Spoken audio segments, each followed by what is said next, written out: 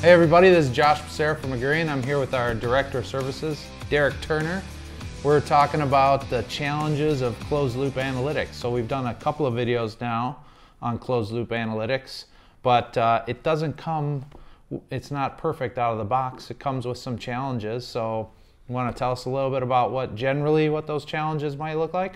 Sure, yeah. So, in general, huge advocate for closed loop analytics in general, just in terms of it brings data to the actual decision makers to give them an idea of what are the correct levers to pull next to actually make a difference. Yep. However, there are some challenges and barriers that make 100% attribution and knowing exactly what's happened virtually impossible. Typically what I tell people is, if you're going to go through this process, we might be able to measure 60, 70, in a lot of cases higher, % of the actual outcomes offline and connect that to digital clicks. Yep. But I'll go over some of the reasons why that might not work for a potential company.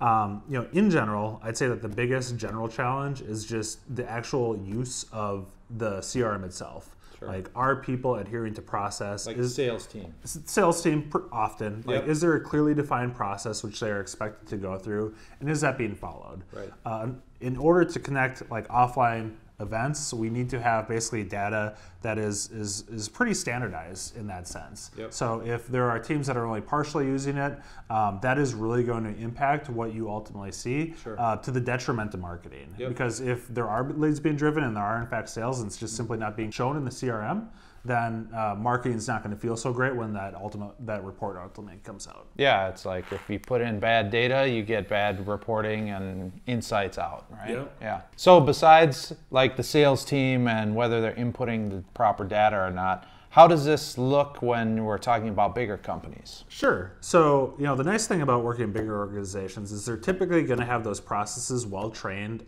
well measured, and ironed out. Yeah. So you typically run into that general issue less. However, there is increasing complexity just in the fact of, you might have multiple divisions, the actual lead routing, particularly when it comes to things like call tracking. Sure.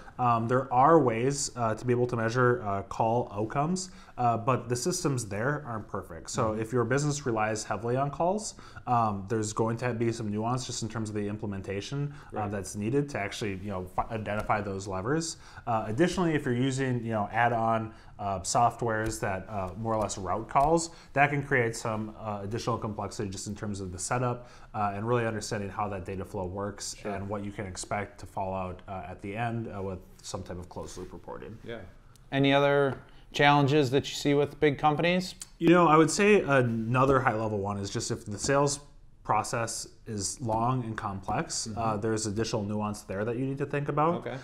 Frequently we will work with clients where there's maybe somebody who will initially make the contact, but they might not be the actual decision maker. Sure. And you might actually talk to a few different people from the company itself before an actual decision is made over the period of 6-12 months. Right. So that creates some challenges just in terms of, well, how do we ultimately reflect what was that ultimate reason for the sale in the first place. Yep. And how do we distribute dollars that we would attribute to any potential click that reflected or was tied to an offline sale. Yep. Just exactly how do we do that? So there's a fair amount of just discussion and consulting that goes into that. Our closed loop system and how we set up can go a ways just in terms of if we can identify who is really the important buyer, who are the people that we need to talk to. Right.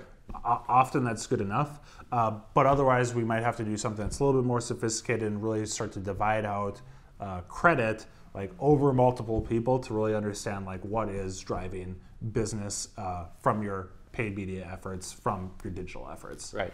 Yeah, so obviously the longer the sales cycle, the more complex, the multiple touches, the attribution just gets a little bit more tricky. Yep, it's a conversation, and oftentimes there are solutions.